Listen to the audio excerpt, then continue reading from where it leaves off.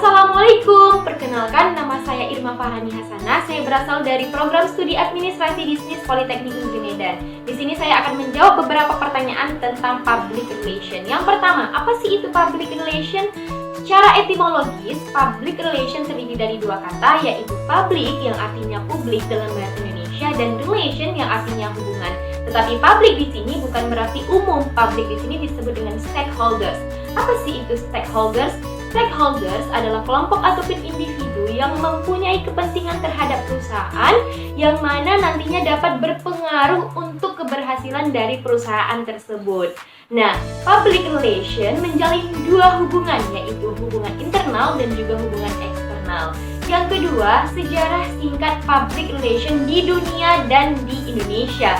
Nah, di dunia, public relation sudah ada sejak zaman peradaban manusia.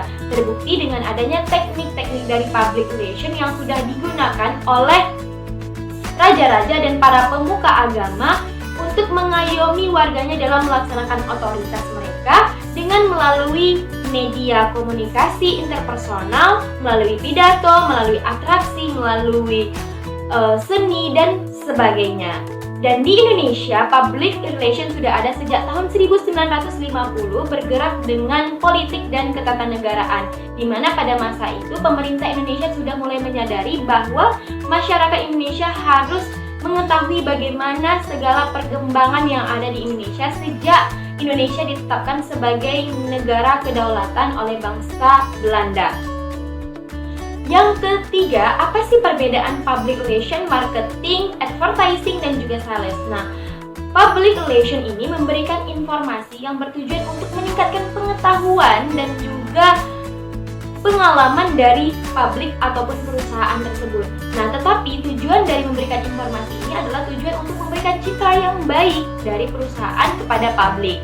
Dan marketing, berbicara tentang marketing, itu kita berbicara tentang strategi yang digunakan untuk memasuki pasar, yang mana nantinya strategi itu berkaitan dengan produk, place, price, dan juga promotion.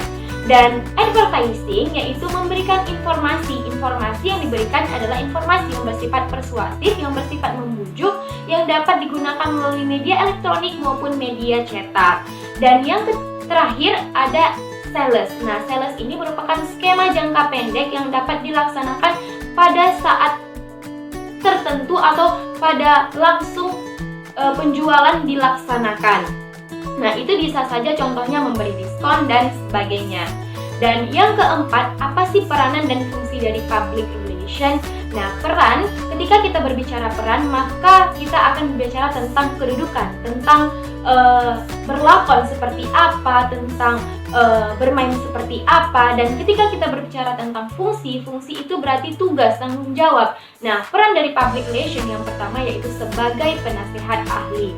Nah, apa fungsinya? Fungsinya adalah untuk melihat, mengamati, menganalisis masalah-masalah ataupun fenomena yang menjadi masalah dalam perusahaan tersebut. Nah, tidak hanya menganalisis tapi juga membuat program dan juga mengevaluasi program tersebut apakah berjalan dengan baik atau tidak.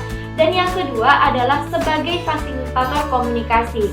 Nah, fungsinya adalah untuk menjembatani antara publik dengan pihak organisasi. Nah, misalnya nih, suatu karyawan sedang melakukan mogok kerja. Nah, disinilah peran dari public relation untuk menjadi penengah antara publik dengan pihak organisasi. Dan yang ketiga sebagai fasilitator pemecah masalah. Nah, di sini fungsi dari public relation dapat membangun kerjasama dengan pihak lain untuk menyelesaikan masalah dari perusahaan tersebut. Dan yang terakhir adalah teknik komunikasi. Nah, di sini public relation harus berfungsi untuk menjadi komunikasi, menjadi public relation yang baik dalam berkomunikasi, baik di internal maupun di eksternal, baik tertulis maupun lisan. Nah, yang kelima yaitu apa sih yang harus dimiliki oleh public relation? Minimal untuk diri sendiri. Nah, untuk diri sendiri bagi saya yang harus dimiliki oleh public relation adalah pengetahuan akan diri kita, pengetahuan akan kelebihan dan kekurangan diri kita.